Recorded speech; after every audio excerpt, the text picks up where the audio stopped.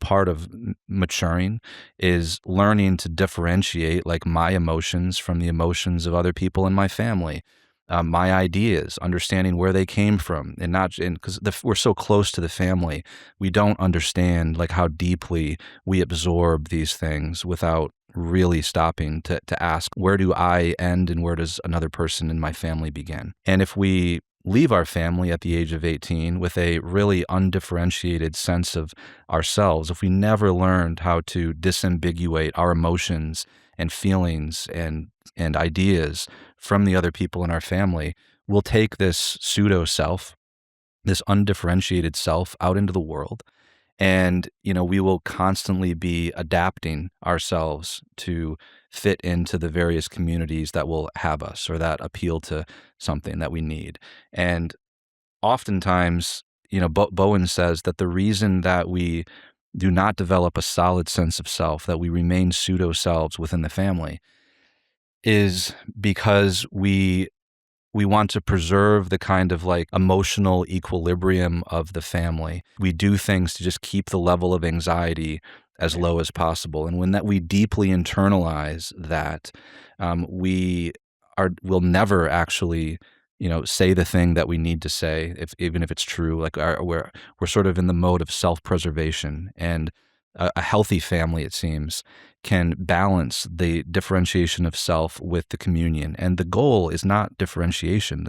The goal is like, it's beautiful to be able to be in communion with other people as differentiated persons who are capable of being in communion. Because the opposite of that is just like a false pseudo community. I was struck by a line in the Pope's encyclical. I think it's the most interesting line in the whole thing, where he's describing the Tower of Babel. And he said, they chose homogenization over communion. Mm-hmm. They chose homogenization over communion, which implies that communion is not sameness, that communion by its very nature involves differentiated persons who are able to be in relationship with other people without doing one of those two things, without emotional cutoff, without isolation, and without fusion. Right? So both the isolation and the fusion are the ways that we flee from being in real communion.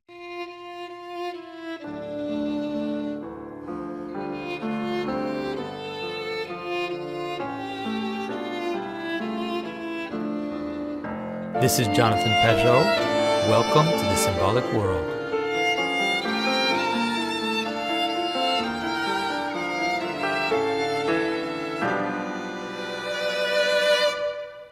Hello, everyone. I'm here with Luke Burgess.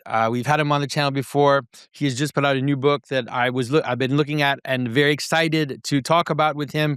He has written several books. He is the founder of the Clooney Institute and also teaches at the Catholic University of America.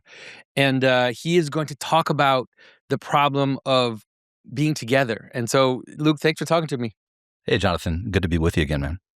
And so one of the things that excited me about the book, and this is in some ways what I want to talk about the most, is one of the things I've seen, obviously, in the past few decades is the way that people interpret the problem of modernity or post-modernity or wherever we are is either on the one hand a kind of fragmentation, so an excess of individuation, you could say. There's this breakdown of people into their idiosyncratic, pathologies, but at the same time the danger of on the one hand you have that, and on the other hand this fear of groups, this fear of nationalism, fear of racialism or whatever type groups, or even religious identity. But what's great about your book is that you kind of go at both sides. And so tell us give us a sense of your interpretation of this. Like, what do you think is the problem with our identification right now? Yeah, well, the title of the book was inspired by the parable of the lost sheep. I assumed that everybody would make that connection right away. I was wrong, so it's probably worth saying. Yeah. I thought it would be 80% plus, but it seems like it's under 50%. Maybe that's your audience was probably a bit different, but this is a trade book for a wide audience. So, that parable struck me. I mean, the one is symbolic of, the person, the self, the individual soul, and the 99 is the many, right? The one and the many, like the most classical, philosophical, metaphysical problem, or the crowd, community, the nation. We could substitute a lot of different ideas from that. So I was wrestling with, the tension between the one and the 99 is I think the fundamental problem of our age, it has a lot to do with identity. And I find kind of a schizophrenia in a sense of like people moving to extreme isolation on the one hand or emotional cutoff, right? There's this phenomenon even of more and more children cutting off their parents out of their lives as like a knee-jerk thing. And then on the other hand, there is what I would call fusion into communities where the self is dissolved into them, or where a person loses themselves or and their personal identity in the community, which is kind of a very Hindu idea, right? Where the self is dissolved into something greater than it. The Christian understanding, of course, right, is modeled by the Trinity, is that there's a distinction of persons who can be in communion. So, this is a kind of a Trinitarian book, and I was trying to kind of apply my understanding of personhood as something profoundly relational to the modern world, which seems to be doing something really dangerous to the way that people understand who they are and their identity. And I think that schizophrenia that I described, like the movement between isolating into little tribes and groups or isolating completely, like going off grid because you can't, you don't want to face the anxiety of being in society anymore, versus fusing yourself and finding all of your identity in some whatever, right? Politics, tribal group, online group, whatever it is, niche interest.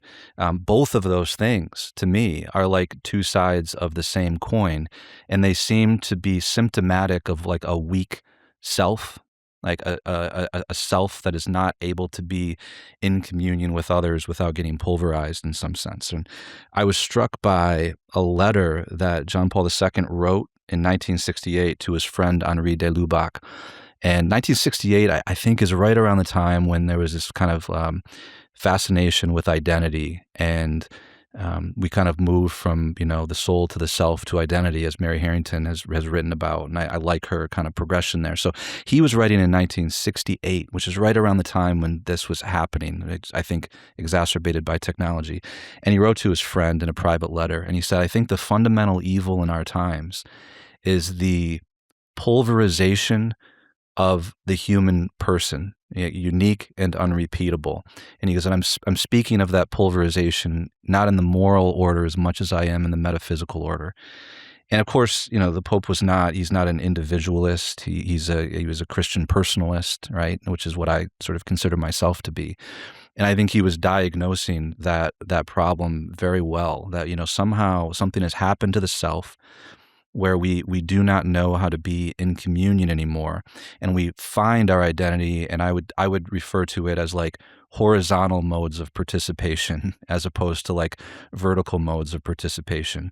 And that makes us highly reliant on the expectations of the crowd, validation from society, from the milieu that we're in, which makes the self structurally very fragile, structurally very volatile, and susceptible to social contagion. So Yeah. I'm looking at what does it take to forge a self in the modern world? And my understanding of the self, I'm really talking about a soul.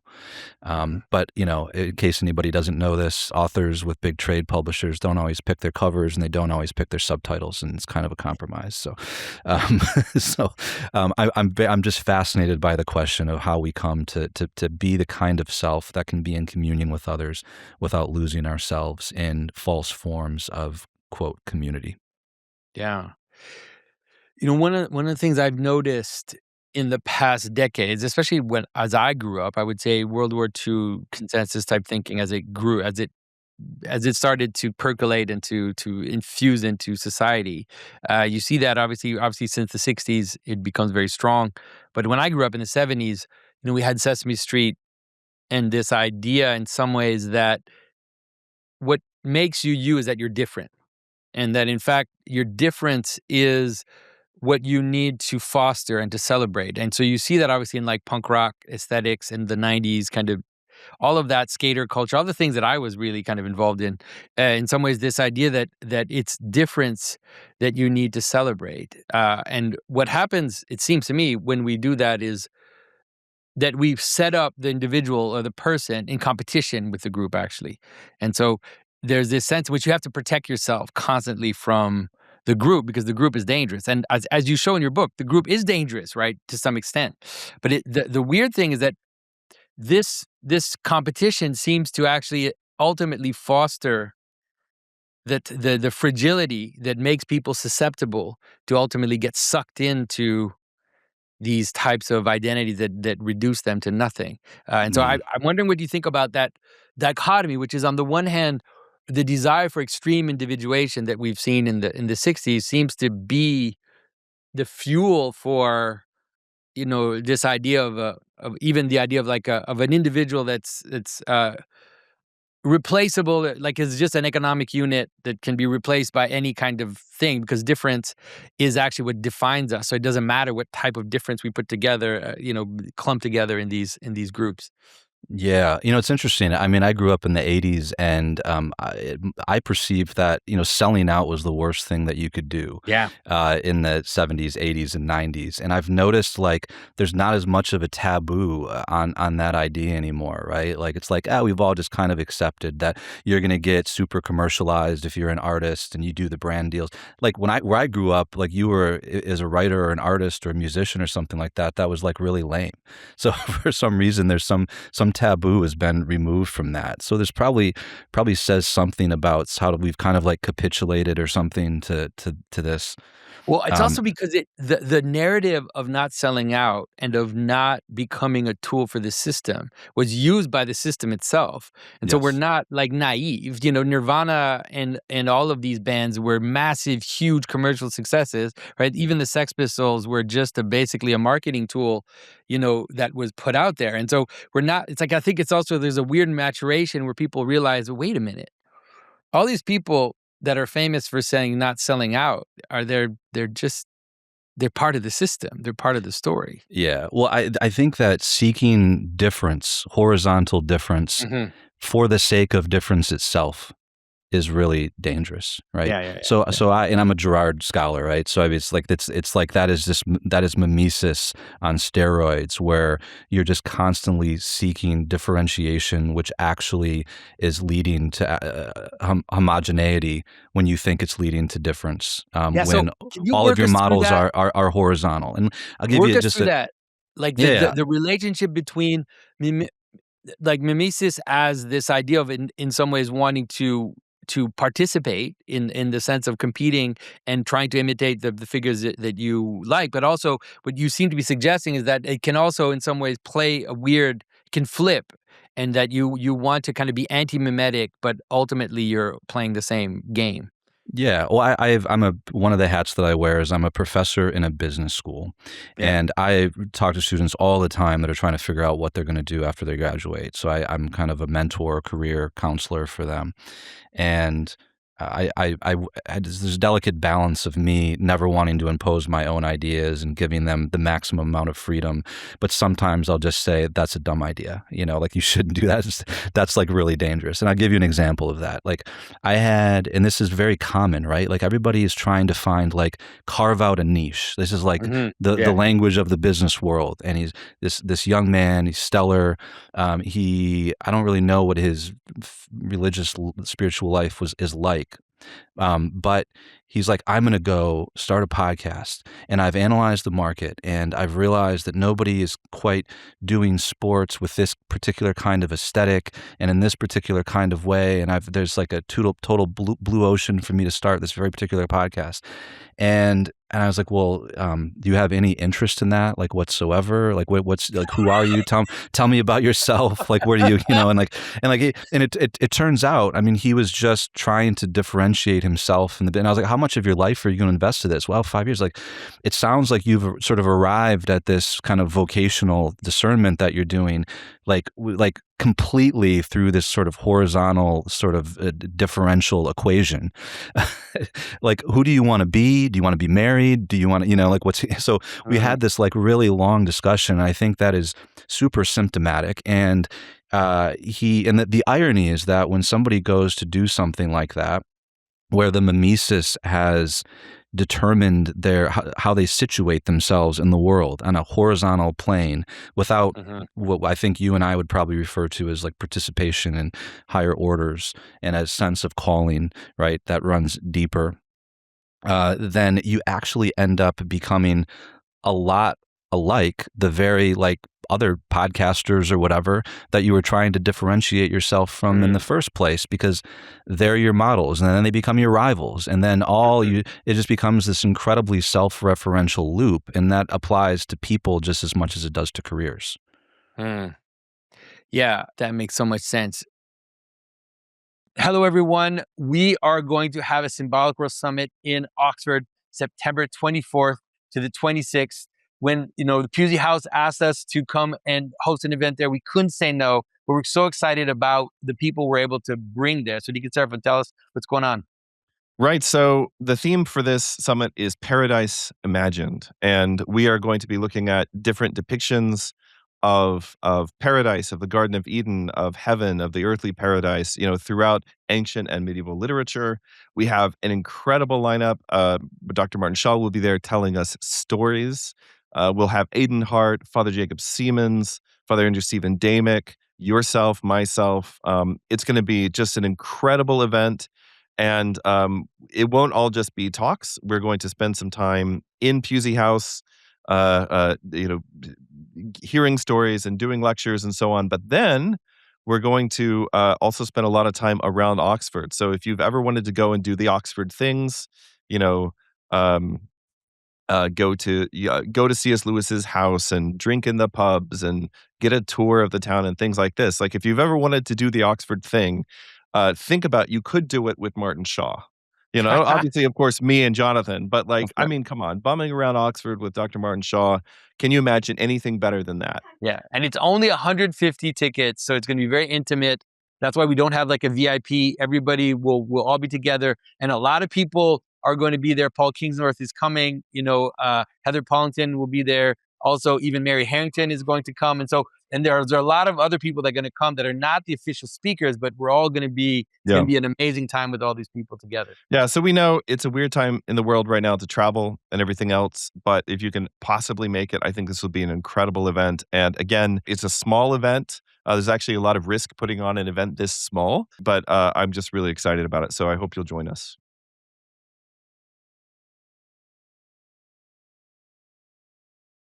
So we go back to like the main idea that you're trying to bring about. One of the things that you clearly show is that one of the problems of this fragile individuation, this desire, this incapacity to truly commune, but at the same time being sucked into these identities, you clearly show that technology accelerates it. So could you work us through some of these ideas? Because I think this will be fascinating for people to think about. Like, why is technology? Why does it do this? What is it about it? Mm. I want to try to move discussion past like the screens are bad kind of thing, like, and it's like what's actually going on structurally at the level of the human person, at the level of the soul. And one of the reasons that I think they're incredibly powerful is because they present us with millions, billions of models of desire. Right. This is a kind of a very Girardian point. We're not addicted to the phones. We're addicted to the people in the phones, or that we encounter through the phones, right? The people fascinate us. I mean, when my iPhone's not connected to the internet, or I have no signal, it doesn't have the pull over me that it does, right? When I'm online and I can stroll my feed. So it's showing us constantly what other people want, which becomes a source of our self-understanding and identity, as we're, it's first of all, it's information overload. So it's no wonder many people are confused about who they are. And two, these models that we now have that are usually not embodied, they're at a distance from us. They're just very different than the kinds of models that people used to have. They're disembodied. They don't know us. They don't love us. They don't know our name.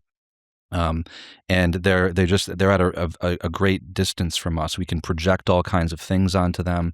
That is just very different than the formation of a person or a soul in a family or in a community. And it's sad that sometimes, young people, if they're really online, they are being formed more in parasocial relationships with other people and models of desire that are literally helping them show them what they should want.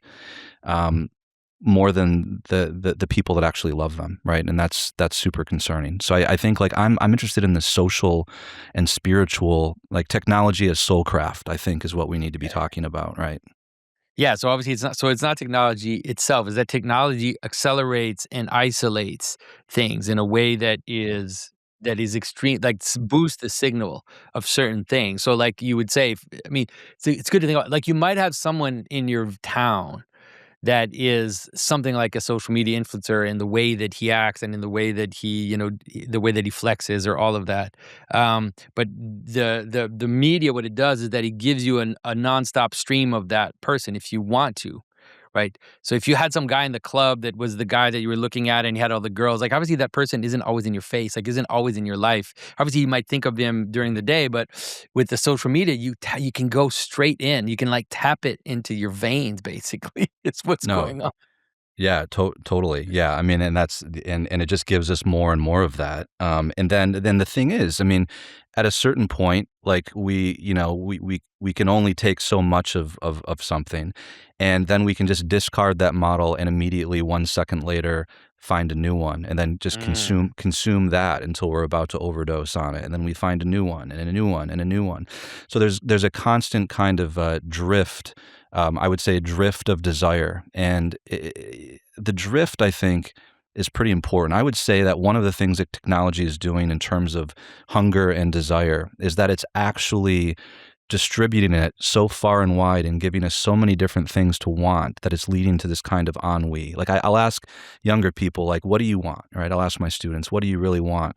Do you want a Lamborghini? No, Professor Burgess, I don't want that. I was like, well, that's overly pious. And I mean, come on, like I wanted a Lamborghini when I was your age. Like, do you want a big house?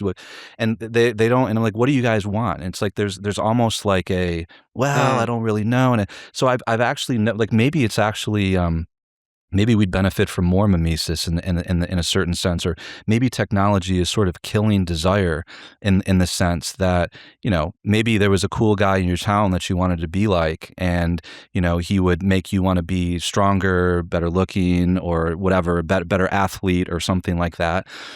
Maybe, and this is kind of a provocative statement, maybe that's better than just being hit with a million dopamine hits of different models that pull our desire in a million different directions. It's just something I've mm. been thinking about a lot. Like we talk about mimesis is so bad. I think what technology is doing is that it's pulling the self and it's pulling human desire in so many different directions. It's hard to desire anything very strongly anymore. I think one of the reasons that young people are, for instance, going back to church or interested in the liturgy, it's like it is something that actually has like a depth of desire, what I call thick desire, something you can desire thickly, right? And it's like something that's enduring. And I think people are starting to realize that, like, what do you want, right? Everybody wants to want strongly, and when you don't want anything, it's called depression. Like, you Yeah. don't, you know what I mean? Because one of the things too that desire used to do is that there was an aspect of vicarious participation, right? So, yeah, obviously, maybe you can't be that guy, right? Like that athletic guy in your village that is amazing and everybody admires and everything, but you can come close to him, and obviously, you can kind of participate in that. By just being around or becoming his friend. There was something about, so there's competition, but there's also like vicarious participation. There's also like this idea of a hierarchy, like you join a chieftain that you admire and you kind of just participate in his raids or whatever. Um, but here we have this like weird, people feel that in technology, this vicarious participation, but it's completely psychotic because obviously you have nothing to do with Andrew Tate. Like you have no connection with him. He doesn't know you. He'll never know you. But people still, through like YouTube comments and everything, end up having this tribal association with figures. And you can imagine, I can imagine, like what you said, where that it actually leads to ennui ultimately, because it's so empty, and at some point you get saturated with it, like eating too much cake, and so you go from e-girl to trad wife, but it's like it's actually the same. It's actually the same in terms of how it's kind of pulling you apart into these extreme desires. Yeah, I mean, I think there's the medical term for is like adrenal fatigue, right? I think like where you're just drinking caffeine constantly or something like that, and it's like we're getting like some form of that on the level of desire. It seems like. Yeah, that's definitely interesting. So tell us a little bit more about how you see Because one of the things that the excess of differentiation that we've seen is kind of one of the reasons for it has been a reaction to religious identification, right? Clearly, from the '60s on, you see that religion is seen as something dangerous in the way that you present the problem of identity, kind of sucking you into. And so, could you tell us a little bit how you see, first of all, how religious participation is part of the problem, and also in what way you see religious participation in the way you just suggested as possibly also part of the answer? Yeah, well, I do see a danger in a thin mimetic religious participation where it just starts to the modern world starts to determine what religious participation looks like, where it just becomes another way to whatever, another status thing, another way to differentiate yourself or identify with this particular crowd. It becomes performative. I think that there's a real danger in the world that we live in where it just becomes like another form of all of the things that we were just talking about, and it can be unhealthy. And I've been warning against that, and it's not like a very popular thing. Like Christians don't like to hear that, but I think it's something that we should critically engage with, like kind of like socially speaking, like what's happening here, right? We should want. I mean, obviously, I'm a devout Catholic, Orthodox Catholic. I think it's obviously a good thing. But I think that we do need to be careful about the contentification of faith, disembodied forms of it, right? Where we're not, we're not actually learning to be in real communion and participating in the divine life. Yeah. Yeah, right. So I worry about that. I mean, obviously, um, healthy spirituality.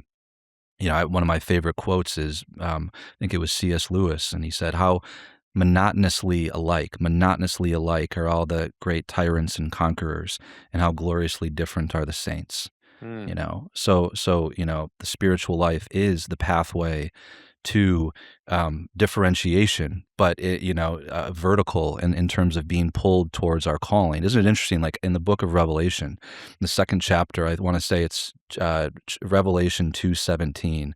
A person receives a white stone with a name on it, which only they can receive. Right.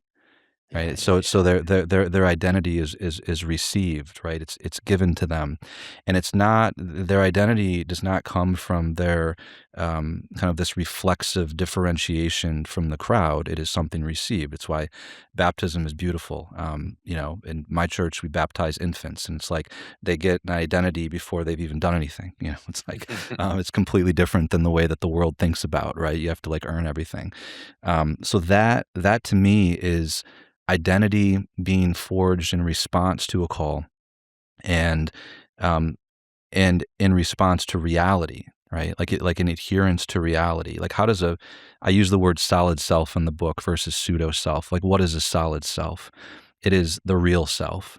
And how does one become real? Well, by adhering to the real, by Mm. by communing with the real, by participating in the real. I would say one of the things that has helped me know myself better and know God better would be like participating. My dad has Alzheimer's, participating in the reality of his suffering, right? And like that is real, right? Yeah. And not fleeing from the discomfort, not fleeing from the tension. I think that one of the things that technology is doing, it's removing all friction from human life. It's removing all tension from human life. It's promising to take away our anxiety. I heard some tech entrepreneur the other day said it's reversing the effects of original sin. I was like, Oh what do my you? I was like, what do you mean by that? And he said, well, pretty soon women will no longer be in pain during childbirth. And I was like, I don't even know where to start with this. But it's Rough. yeah, totally, and it's scary. It's scary. So I'm like, I think that friction and tension is our instinctual knee-jerk reaction should not be to flee from it. We should begin to see it as an invitation to participate in a form of life that we're being called to, that we may not fully understand, but it's a mystery that we're being invited to enter into. Yeah, there's so much to say about what you just said. People have to realize that the consequences of the fall are actually not a punishment in the simple sense, and that and that in the world of fall, in this like world actually of excessive desire and a breakdown of our proper alignment, suffering is a gift. Like I mean, even like aging, I keep thinking about it, like aging and dying and watching my desire fade as I age. Yeah, I'm like, this is a gift from God. My goodness. It's like it's helping me like turn towards higher things rather than be completely consumed, by my flesh and by my desires. And so like the idea that we should remove all friction, right, from human encounter means that people are going to become so prideful and narcissistic. Like they'll just basically, become completely obsessed with themselves. Man, that's wild. Yeah. But I That want to that say something about the yeah. just what before you go about what you said earlier, because I mean it's really important. This is something that my tradition obviously is facing right now on in the online world. Right, we have then a cliche of the Orthobro, which is obviously overplayed. I would say to some extent. There's political reasons to overplay that, but the idea of someone who is terminally online and who identifies with a religious tradition without going to church, without having a confessor, maybe without even being in the tradition, without actually being baptized, but is online in that mimetic space, like fighting the good fight for that religion. I think that this is definitely an example. But I do have a question for you. I know you want to say something, but maybe keep it in mind because we're all here. Like we're here right now. Like we're doing this. Obviously we're here. And so my big struggle in life has been what's the balance? Because the online world does make it possible to call in a way that's further from what used to be possible, right? Like there are certain calls that are able to be sent out. You could say further, you know. So how do we engage with this? Like, how do we engage with the problem of the online space and the evacuation of reality, right? This kind of reduction of the mimetic desire. Um, I'm struggling to find out, but then maybe you could say what you want to say, but or answer the question as you wish. Yeah, I mean, there's so much to say about that. Let me think. Part of the implicit question I feel like is being asked here is like, is you know, is it okay to fake it before you make it? And to sort of like Right, right. No, that's right. That's true. engage. Is that a good thing? I mean, I don't think it's a bad thing because man, Mm, I faked it till I made it, and you know what I mean. Like in the spiritual life, and when I came back and took my faith seriously, I felt like a bit of a phony and a fraud, and I was mm, having conversations, and like we're all these imperfect motivations, and that's just how I understand my own motivations too. And I don't condemn that. mm, What I hope that things are oriented towards though is the real, and obviously like the sacraments and the full life, right? The fullness mm. of life, and even the sense of like putting on Christ. Isn't that an interesting phrase? Like we're participating in the life of something before we maybe we have the capacity to receive it, but it's not something that happens all at once, right? We put something on and participate in it, and we're gradually transformed by it. And in a sense, you could say that it's faking it till we make it, or something like that, right? We're Right, right, clothing right. ourselves or participating in something, even when we're like a novice, and that's a good thing, right? So, Mhm, the other thing is, I mean, I think that I talk about the real a lot, and for me, the number one obstacle to growth in the spiritual life, to holiness, is false piety. mhm, You know, it's which is just basically like letting social expectations, or this is the thing I'm supposed to say in that situation, like get in the way of just speaking real words and being real, right? Saying I'll pray for you, and when you're not going to do that, and just you know what I mean, like just I think like speaking the truth, right? Just adhering as closely as possible to the truth, including the truth of our own brokenness, our own fallenness, because God meets us in our humanity where we're at, is really important. And I guess the online stuff where I think it can be a little bit dangerous is when it's performative, and mhm, there's just nothing that worries me more than kind of performative religion, which Jesus condemns all the time, mm, right? Right. The hypocrites and those that are performing things, and hasn't the online world just increased the temptation to perform religiosity? I think that it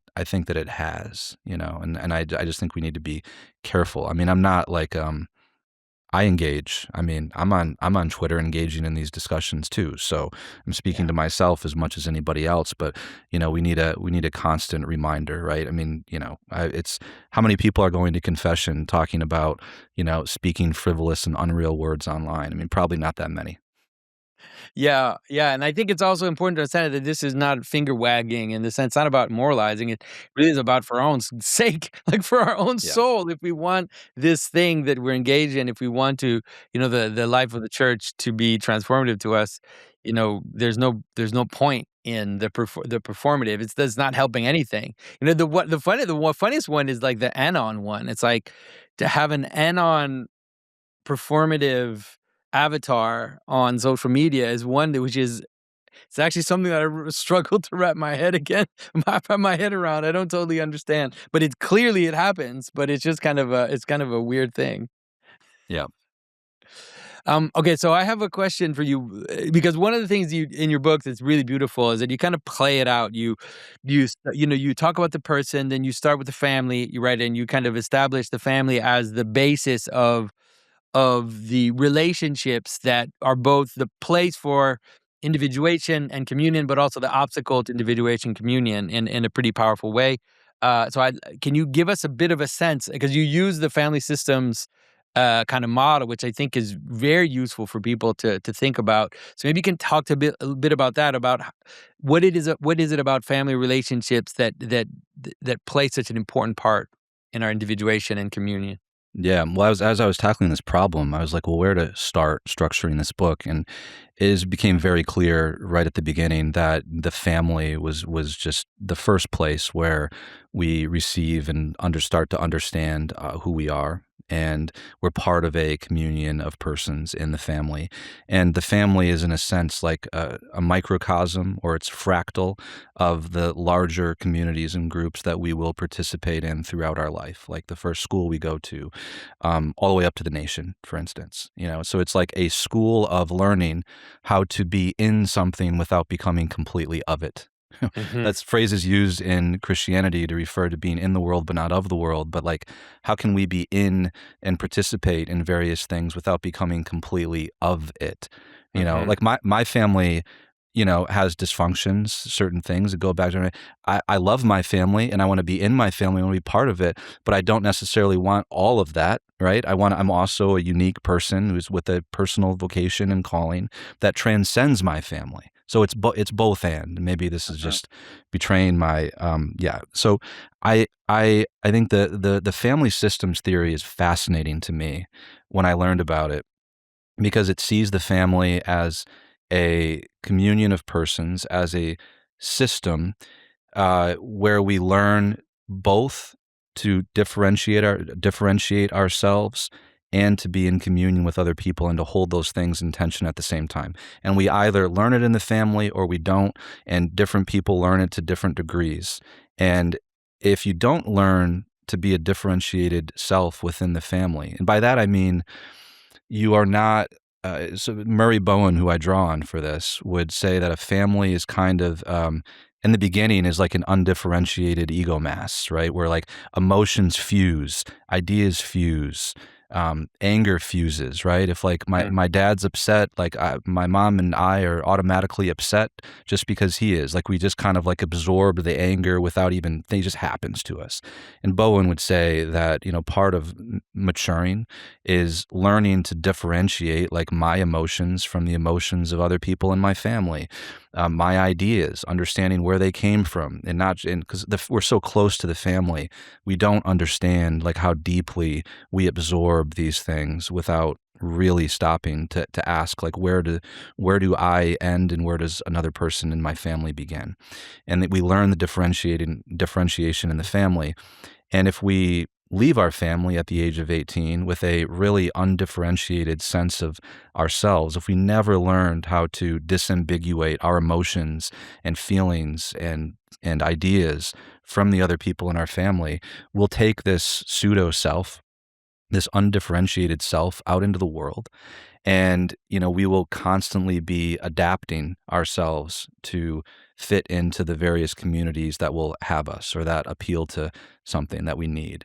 And oftentimes, Bowen says that the reason that we do not develop a solid sense of self, that we remain pseudo selves within the family, is because we want to preserve the kind of like emotional equilibrium of the family, and we do things to just keep the level of anxiety as low as possible. And when that we deeply internalize that, we'll never actually say the thing that we need to say, even if it's true. Like we're sort of in the mode of self-preservation, and a healthy family, it seems, can balance the differentiation of self with the communion. And the goal is not differentiation.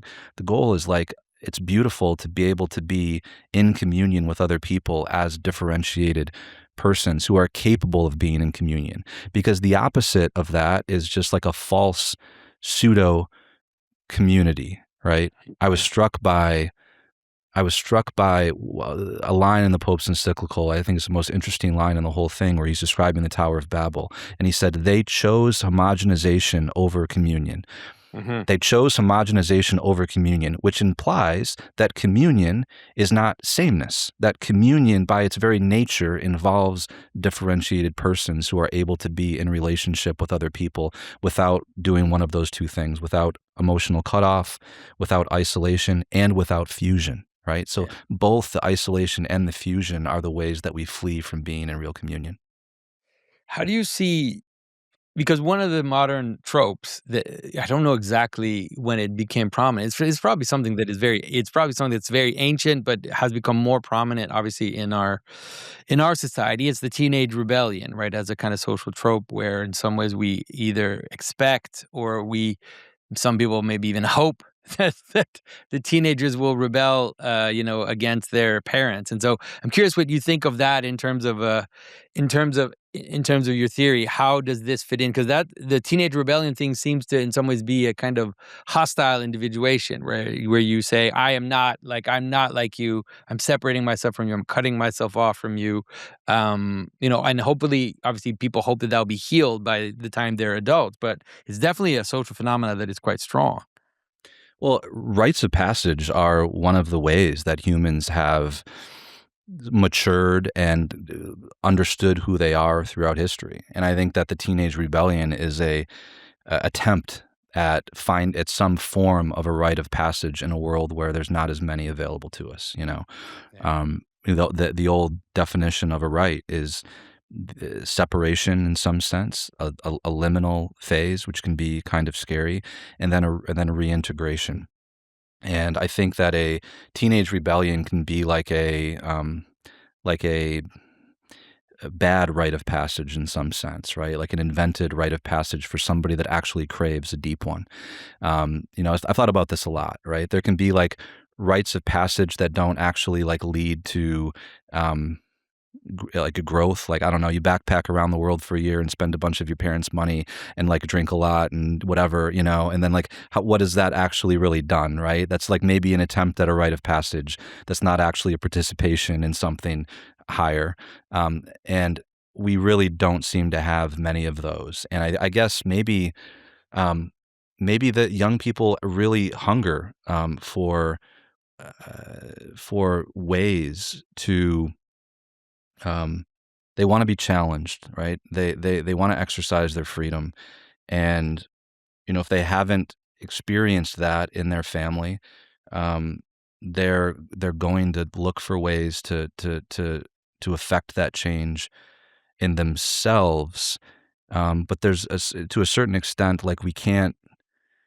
The change comes through the participation and not by sort of like willing it into existence through rebellion, and that's, I think, where the danger comes in. Mm-hmm. Yeah, one of the senses that I have in regard to this is, the something I kind of call it kenotic identity, which is this idea that, in fact, identity, it moves towards a point, but then it empties itself, right? It basically empties itself. It's like it's an image of Christ on the cross is ultimately the ultimate image of identity. That in fact one of the things you see in teenage rebellion is something like, my parents are pointless, right? Look at them run around like rats. They just make money and buy things and whatever. Like that was like the 60s kind of rebellious thing. And the teenager says, I wish I could identify with a purpose that's higher.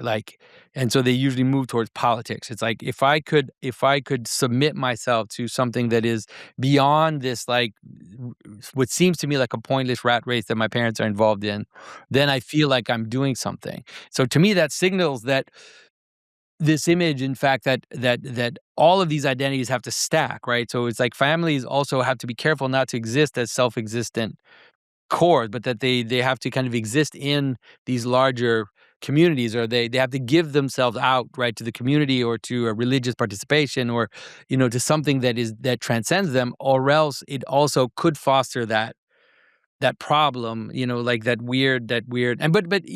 Sometimes the teenager will also deny the way that the family transcends itself. That's what happens often with religious transgression, where they'll say, I don't believe in this thing my family is serving. I should serve this other thing. And they'll give it to, ecological, political, ideological kind of things. And so, yeah, I'm just curious if you thought about that in terms of how identities kind of transcend themselves, you could say. Yeah, I mean, I have. It does seem to me that the nuclear family, I guess, has become something that is in itself oftentimes very isolated. Like it's just us. And the most beautiful models of family life that I've seen, and I have a 2.5-year-old daughter and a 5-month-old daughter, so I'm learning this stuff. I don't have it figured out yet. Yeah, that's why I look so tired all the time right now. But the most beautiful models of family that I've seen are the ones that are open, like that are like open to the community and open to the world, where the family participates in all of these other communities, whether it's a church or a parish, and welcoming people into the home. Like that to me makes the family life really exciting, right? Yeah. And I think that children learn from that the family is not like an end in itself, right? Like the purpose of our family is not just for me and my wife to form like little mini Lukes and Claires, or what, you know what I mean? It's like that's not healthy. It is like our family participates in a larger social and divine life, hopefully. And I think if a child grows up in that kind of environment, I think it's really, really important. Because there is like a move to, like, world's going crazy. Like our family needs to preserve these things, Yeah. right? And I think there can be like an unhealthy form of like self-preservation in that flees from any kind of form of risk or contact with things that could taint. It's like very Manichaean in a sense, and I'm kind of for the openness. I think. I mean, I'm not suggesting just like total license and to be an idiot, but I think you know what I'm saying. Like a No, family no, no. that sees itself as. I think your insights are so right, and this is also someone that, in some ways, to like even my general side, which is one of the things that I was surprised at noticing, is that on the left, mostly on the left, there's this talking point. It's like they say it takes a village to raise a child, and a lot of the more conservative types, or the more like right leaning type, they just knee jerk react to that and say, no, like don't tread on me, Gadsden flag type thinking. And my thing, I keep thinking like, well, actually it does take a village to raise a child. What are you talking about? Like you can't raise a child on your own. That's ridiculous. But I think people are afraid of the collapse, right? As if they're saying it takes a village to raise a child means family is useless. You have to give your child to a higher, like give your child to the state, basically. Give your child to the state because it takes a village to raise a child. And the others are saying, no, we need to protect ourselves from these higher participations, close off as a family, right, and do our own thing. And I think it's exactly an example of the two extreme dynamic that you're seeing that you talk about in your book. And both of them are definitely poison, right? If you try to be a conservative and protect your children completely from the world, you will ruin them 100%. Like they'll go crazy. And they'll be way more likely to rebel, right? If they Sure. haven't come into contact with friction. I think that identity formed as a result of mimetic rivalry is super dangerous. I mean, think about this, right? Like so the American left sees the guys riding around in pickup trucks with big American flags and "Don't tread on me" hanging off the back, and because they hate the right and they hate those guys, like guess what we'll do? We'll be the unpatriotic people, right? It's like, how stupid is that, right? Like, and it's like that becomes more important than like the value itself of like the. So this happens like all over the place. We could go on all day about how this happens in politics, and I think it's totally ridiculous. Yeah, yeah. So I was wondering too, because you obviously talk about family systems, and I'm curious if you looked at internal family systems with Dr. Schwartz, kind of took the family system model and kind of applied it to the self as a fractal, in some ways, representation. So I don't know if you thought about that. That even within you, there is this competition that exists, or like. I mean, not competition necessarily, but there's a communion that can also become competition in terms of your own, let's say, directions and desires. I'm way more familiar with Bowen, but in my understanding of Schwartz's internal family systems is that he took it and sort of like looked at it turned it inward, and then inside of myself, I can also have this kind of fusion that Murray Bowen talks about. So Bowen would say like I can fuse with my sibling or fuse with my parents' emotional life, and Schwartz would say, well, within myself, I can fuse with my anger and I can identify it Yeah. so completely that I can't separate like some core. You tell me if this is basically right. There's some core self that I have, and I need to disambiguate like these various parts of myself. The Luke that can get upset about certain things, the Luke that can be insecure about certain things. I can fuse with that particular, I guess, part of who I understand myself to be. And there's the act of like integrating it, accepting it, um, uh, as one who finds a deeper identity um, below all of those parts or above all of those parts in Yeah, some I think sense. Is it's that? it's more like a above. Definitely, I mean, it's just my father uses that. I know John Vervaeke uses internal family systems, and I find it interesting as an image of fractality. But it's something like that. It's like if you're not able to actually disambiguate the different aspects of you, then what happens is they take over. Actually, it's like so. Basically, there's an aspect of you that at some point like just takes over you, and that aspect doesn't know the other one. And so you can have people. I mean, you've met people, so it's easier to see it in other people, obviously. Obviously, Where yeah. at some point they'll be like this. It's almost like multiple personalities, right? They act in a certain way, and then they act in another way, and those two ways don't seem to know each other very well. And that in fact you kind of have to be able to watch these different aspects, and kind of like you said, both differentiate them, but then also bring them into communion, so that it's not this constant like revolution of micro desires that just take, I mean, we know, like you feel it, things, you get a rush of an emotion, and it's not the same person that's like fighting with your wife, 2 hours later. But there's like these different things that are defending different aspects of you, you could Yeah, say. Yeah. wouldn't the online world then sort of be highly incentivized to feed the part of me that, for instance, logs on to a social networking platform? I don't log on there with like my whole self. It's like sort of more of a sort of and it's ideas driven. I'm like doing, Hmm. I'm engaged in discourse, it's certainly a part of myself, right? Maybe it's the part of myself that is the irritable self when I see things that are being said about things. So it's like, that's what gets engagement from me, is like when Luke gets irritated, he does these things, and it feeds that part of me. Certainly not like the me, that like the integrated version of myself. So I think it could really be, you said you start to identify completely with the part of yourself. And if the algorithm is designed to feed a part of myself, how much easier would it be to do that? Yeah, man. I mean, I think it's so, when you say it, I'm just like, it's just all these images are coming to my mind where exactly it's so right, because it has to do with what we talked about earlier in terms of technology, which is that, let's say Jonathan Peugeot, 100 years ago, I'm reading a book, I'm annoyed with the author, I go in a rant, but whom do I go to a rant to? I go to a rant with like my buddies at the tavern, whatever. And so that's it. Like I went on a rant with my buddies at the tavern, and they laugh, and that's it. I go back home.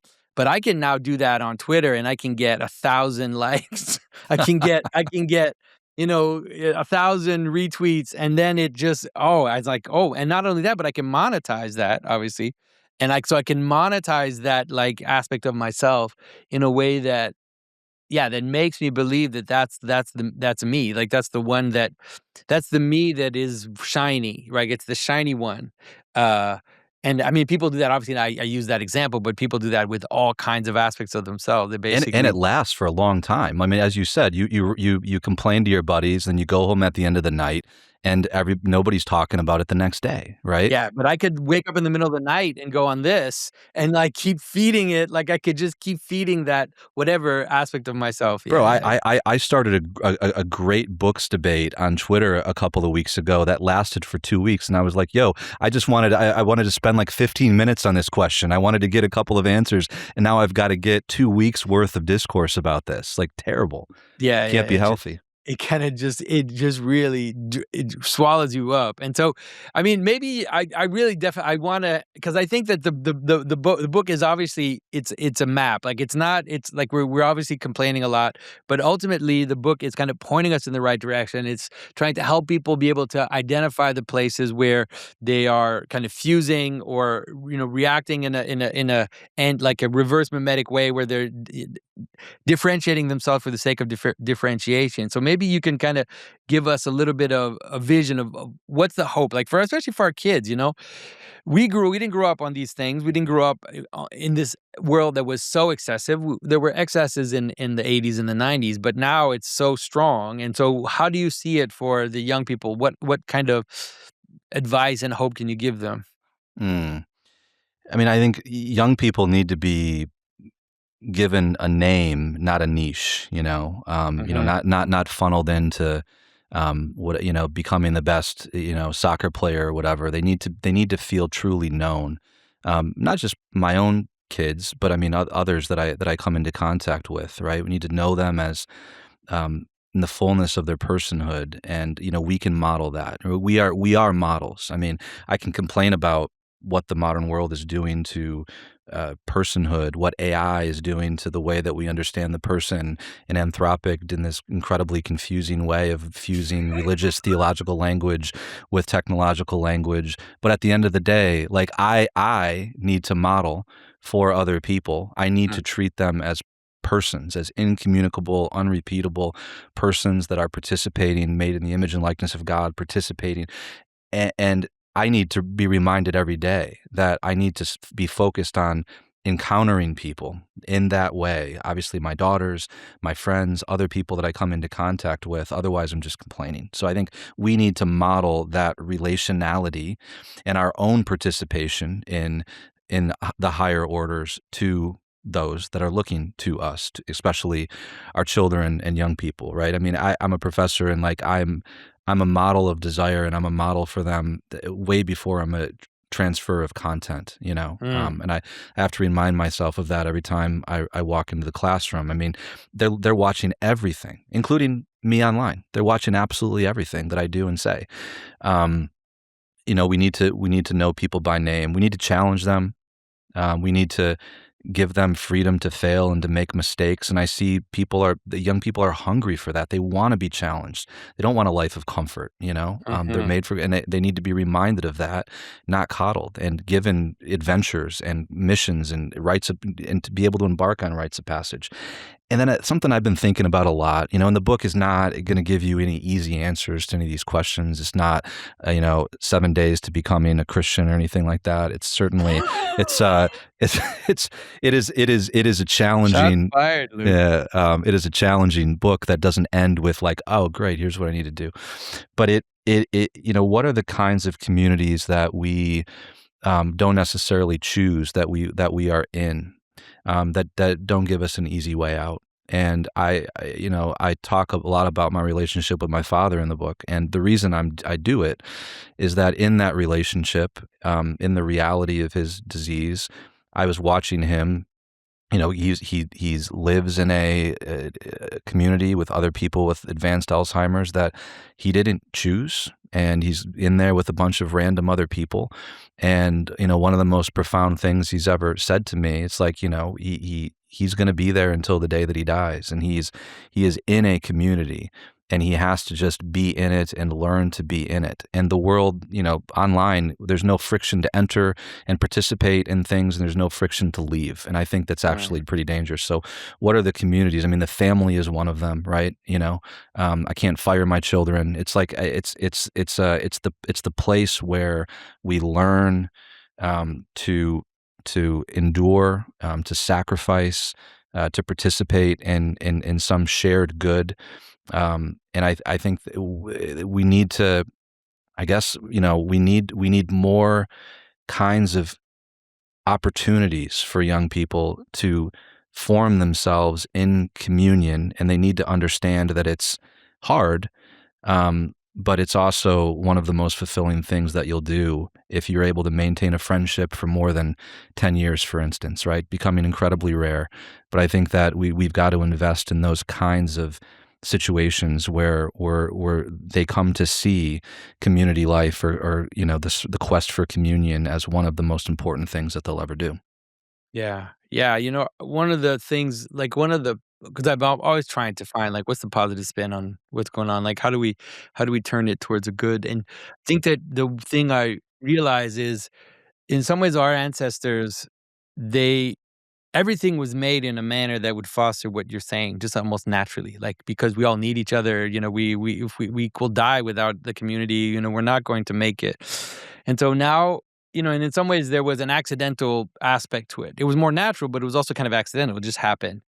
And so I think that now technology has created a situation that's so dire that the things that our ancestors were doing naturally, we have to do deliberately. We have to actually choose. We have to say, no, I have to maintain this friendship, because I don't have to maintain it. Doesn't Yeah. matter. Like, I can still order from Amazon and do all the things that I do, and have a completely comfortable life if I don't maintain this friendship through the struggle. The same with my church community, right? It's like, what are all the frictions, all the issues? Like, how do I have to maintain it, and with my family as well? And so I think that my hope for this time is that out of that will come people that will actually be quite holy if they're able to pull that together, right? Because they it's not something that happens to them. It's something that they have to do with a kind of self-discipline. And anyways, that's my one hope for this world. But I see it, like, my daughters. It's interesting. My daughters didn't get raised on screens, so that's helpful. They started using phones when they were teenagers, and just screens in general. And so I saw they had, like, a little moment where they just got sucked in, and now they're competing with each other on screen time. They're basically like, "I've got only 15 minutes of screen time today, I've got only," and they talk about it, and they try to actually, uh, the be deliberate about calling their friends, inviting them over, because they don't have to, but they're like, "No, we need to go. We're gonna go to the water slide park. We're gonna kind of do things together in a way that when I was a kid, we'd just walk outside, and the kids would all be there. You didn't have to think about it. But now it's not a reality. So hopefully that's what we will hopefully get to. Yeah. Yeah. And you're right there at the beginning. You have two small children. Yeah, 2 daughters under 3, and, maybe more on the way pretty soon. So I'm right there at the beginning, but it's why I'm thinking about this stuff Yeah. all the time, right? Because we're, dealing with, where do we wanna live? Like, all of the technology questions right now. And, I think that the friendship question is interesting that we friendship came up now. Right. I do think that friendship involves commitment, because you're right. Like, we don't have to, we don't have to do that. But I mean, it's committing to another person, and we're just not incentivized to commit to anything anymore. And a wise mentor once told me, as actually part of like a hiring practice for his company, he was like, the most important thing that I can learn about somebody is, like, are they a good friend, or like, do they have any friends? Because it Mm. says so much about the person, like, and their willingness to reconcile. I mean, there's so many different things that you can learn about a person based on that. And I always took that to heart. And I wonder if, a renewal in friendship. And by the way, St. Alred, if anybody's interested, wrote a beautiful spiritual treatise on friendship as a model of the entire spiritual life. It's just a fantastic book. But I wonder if, like, a renewal in friendships, which is related to civic associations and more opportunities to meet and foster friendships in the first place. But I wonder if that's not a serious part of cultural renewal. Yeah. I mean, you're probably right, but there's so many obstacles, because obviously now our friends, like my friends, are all really far. my friends live everywhere, and it's like it's part of the online world is in some ways what has made that exist. I do have a few friends here, but most of my friends are kind of far away, and so it's all very challenging. But definitely we hope that we're up for the challenge. And so, Luke, thanks for talking to me, everyone. This is the book, The 199, wonderful in terms of how it balances out the need for individuation and communion. And really, like you said, you can clearly see, although it's not an explicitly Christian book, you can really see that the basis of the book was this notion of love that we have in, the idea of the Trinitarian love that we have in Christianity. So thanks for writing it, and thanks for being a witness in this crazy world. Thanks so much, Jonathan.